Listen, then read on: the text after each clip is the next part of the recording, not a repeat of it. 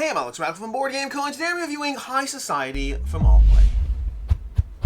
High Society is a 3 to 5 player auction game designed by Reiner and Knizia in which players are attempting to acquire the most status cards while also attempting to not have the least cash. Before we dive into the game, this channel is sponsored by AllPlay, more about them at the end of the video. Also, in case you caught it, this game is by AllPlay, which definitely introduces a bias, a conflict. I'm going to attempt to be as fair as possible in my opinion and rating of this game, but obviously if you find this less helpful to you, there are a variety of other content creators that you can check out who are covering this game. With that said, in High Society, what players are going to be doing is you're going to be flipping over a status card, and then players can bid on those points. Do you want the vintage wine over here, which is going to give you 6 points at the end of the game? How much are you willing to pay from your exactly known and limited hand of cash in this game? So maybe that's worth 10 points to me. Maybe it's worth $10 to me, $10,000 to be very clear. I'll bid 10,000. The next person goes ahead and they say, you know what? 6 points is easy. Let's go ahead and spend 15,000. Players are going to be going around adding cards. You cannot take back your money cards, but you can add to it. So when it comes back to me, if this player passes, I can say, you know what? I'm going to make that 16,000, and that might be worth enough. We'll see. I don't know if it's worth it. We'll find out as we go. Once a player has won the auction, once all the other players have withdrawn, you're going to go round and round until all players but one have passed. That player is going to take that card, lose their money, and then they're going to start the bidding on the next card. That's what it is. That's all it is. You're just bidding your hand of cards until you get to the end, and then see who has the most points and win. But there is a lot of twists to be aware of.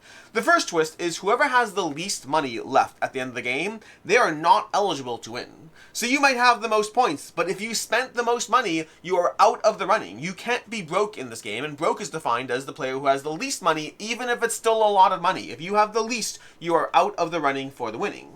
But then separately from that, these cards are more interesting than just a bunch of number cards. First of all, you have these cards over here. There are 4 red bordered cards in the game, and as soon as the 4th one is revealed, the game ends immediately. So the first 3 are kind of a timer on the game, and as soon as you turn over the 4th card, whoa, this has been a very interesting game over here. And as soon as you turn over the 4th one, the game ends immediately. Nothing you can do outside of that, it's just over. This, again, would be a very bad shuffle.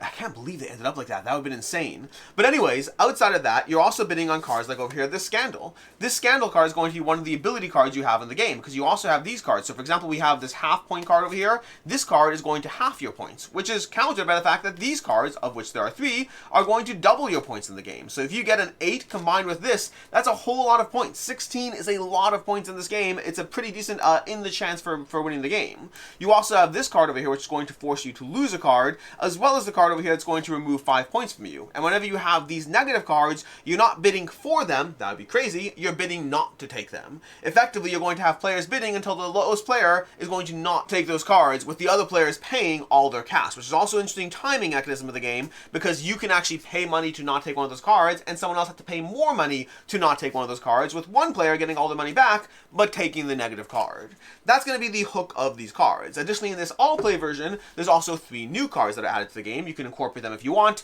We have this 12 over here, which as soon as a player wins it, every other player who didn't win it is going to take back one of their money cards that they already spent. So spending your higher cards early on in this game could come to benefit you, although you never know if you're actually ever going to see the excursions. The game might end before it pops up. You also have this one in which players blind bid a card. The highest bid gets it, but everyone loses their bid. You blind bid a single bid. It changes up the game over there. And then lastly, this one doubles your remaining money at the end of the game. So you might have ended with only a 10,000 card, but suddenly it's 20,000, and now that might be the difference in terms of making sure you don't lose at the end of it all. That is basically how you play High Society. It is a bidding game in which you are bidding on these status cards. The player with the least money is not even eligible for winning. You're trying to be mindful of the currencies of your cards. Those small increments can be incredibly important as you play through it. You're being mindful of the timing of the game and the fact that it's going to end at any point and you don't know when it's going to happen, as well as the various negative and positive cards that can impact your score.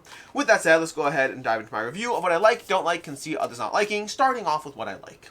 This is a pretty decent high-tension game in which you're bidding on a small amount of things. There are not a ton of cards. Again, like I said already, you can have an 8 and a doubler. That can be a winning score. And so you're trying to be very, very mindful as to what you bid and how much it's worth to you, because getting those 2s and 3s, people don't necessarily compete as much for them. So you can sometimes get a bunch of small points and add them up together. You also obviously don't know when the game is going to end, and I've played games where the ending cards were all coming out towards the end, and I've played games where the first 3 cards, the first 3 purple bordered cards came up right away.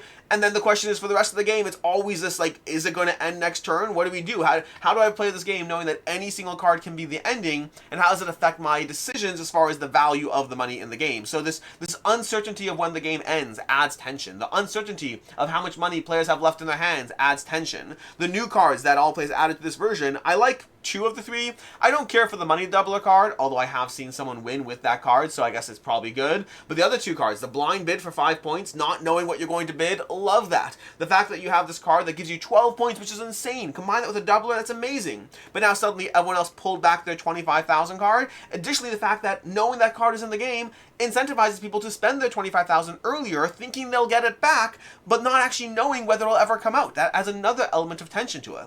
Overall, this is a very quick and clean, easy to play, easy to teach bidding game that adds a lot of tension for a very small box.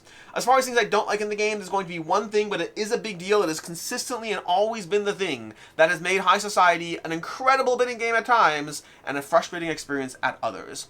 And that's the game has unintentional kingmaking a lot of the time. I would say like maybe a third of the time that I play High Society. And I've been playing this game, by the way. I should note, I've been playing High Society well before this version. The new cards from All Play are nice, but I've played the older versions of this game a lot. This is a game that over the years, with a variety of different groups, it has always had that king-making element, where somebody has to make a decision as to how they're going to bid, and through overbidding, in a situation where they may not have won anyway, and it may not have been in their best interest, suddenly they end up being the person with the least money, and suddenly Joe, who has been making terrible decisions the whole game, and clearly was primed to lose, suddenly Joe wins because you just went down to $0 in some weird attempt to, like, just end up with a card, or even $5, whatever it is, you end up, well, it's not really 5, but whatever it is, you end up with, this is a game that lots of times you play it strategically and you feel like you played the table, played the players, and did well. And other times, somebody ends up bidding in a way that possibly removes you from getting a card and possibly ends up with them losing the game. So they denied you the card that would have made you have the most points, and they got to 0 on money, or very, very low, and suddenly they end up being the main loser as opposed to that other player at the table who should have been. So unintentional kingmaking is absolutely present in my games of High Society. It has been present a lot. It is the main and only thing that really holds this game back, other than what it's otherwise doing so well. As far as I can see others not liking about the game, guessing how much to hold can be frustrating, but not just that, guessing how much to bid based on the timing of the game. Because this game has multiple levels of unknown. I appreciate the tension that adds to the game, the uncertainty, making economic decisions based on not knowing when things will end and not knowing how much other players have in their hand, but certainly that could be frustrating. Like, oh, do I bid? Do you have what's your last card? Is it a 20,000? Is that what you have left? Or do you have a 2,000? How much am I allowed to bid without being eliminated for spending the most? That's a degree of guessing to a degree, or memory, that could be frustrating to engage with. Also, not knowing how to play the game when you don't know when the game is going to end. Do I hold back all my money? You might make risky decisions thinking the game might end in a turn. I'll be responsible. Oh, look at that. It's 7 cards into the game and the 4th purple card came up and you won because the odds worked out in your favor, even though it's against the overall odds. That kind of thing can happen in the game, and that could be frustrating to players. As far as final thoughts on High Society, this is a classic for a reason. When All Play picked up money, I was excited for them because, like, hey, money's nice. But money is nice, but the game money is nice too. But at the time, I was like, High Society to me is the better auction game from Reiner Knizia. They both have very similar games, different vibes as far as how they work, but they came out at a similar time, similar structures. I think they're both good games. High Society was the better game, and I was like, when I heard they picked this one up, I was very happy for it because I think this game deserves a refresh. I think the new cards are fantastic. Overall, it's a very good game. It's a good version of Money. My biggest hang-up with High Society. My biggest hang-up with High Society has always been that king-making element. It's the one thing that holds the game back for me. I've had games of this that felt amazing and tense and a great auction filler, and I've had games that were frustrating for a variety of players involved because of that king-making element. Overall, I'm going to give it a 3.5 out of 5. It is a good game with king-making present that can hold back from the experience. As far as other game recommendations, definitely check out Modern Art if you're looking for a different game about trying to bid on various pieces of art and trying to be mindful of your money and how well spent it is. Also by Reiner Knizia, as well as checking out Ra. Apparently Reiner Knizia likes making auction games, and Ra to me is possibly one of the best pure auction games out there. A little longer than a filler, but if you have the bandwidth for it, I think Ra is worth checking out.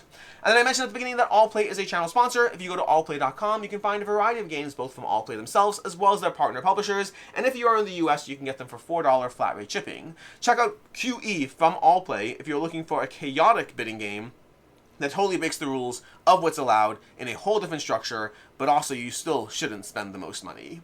In any case, and until next time, I'm Alex Radcliffe from Board Game Co. Hope you found this review helpful, and as always, I hope you have a good one.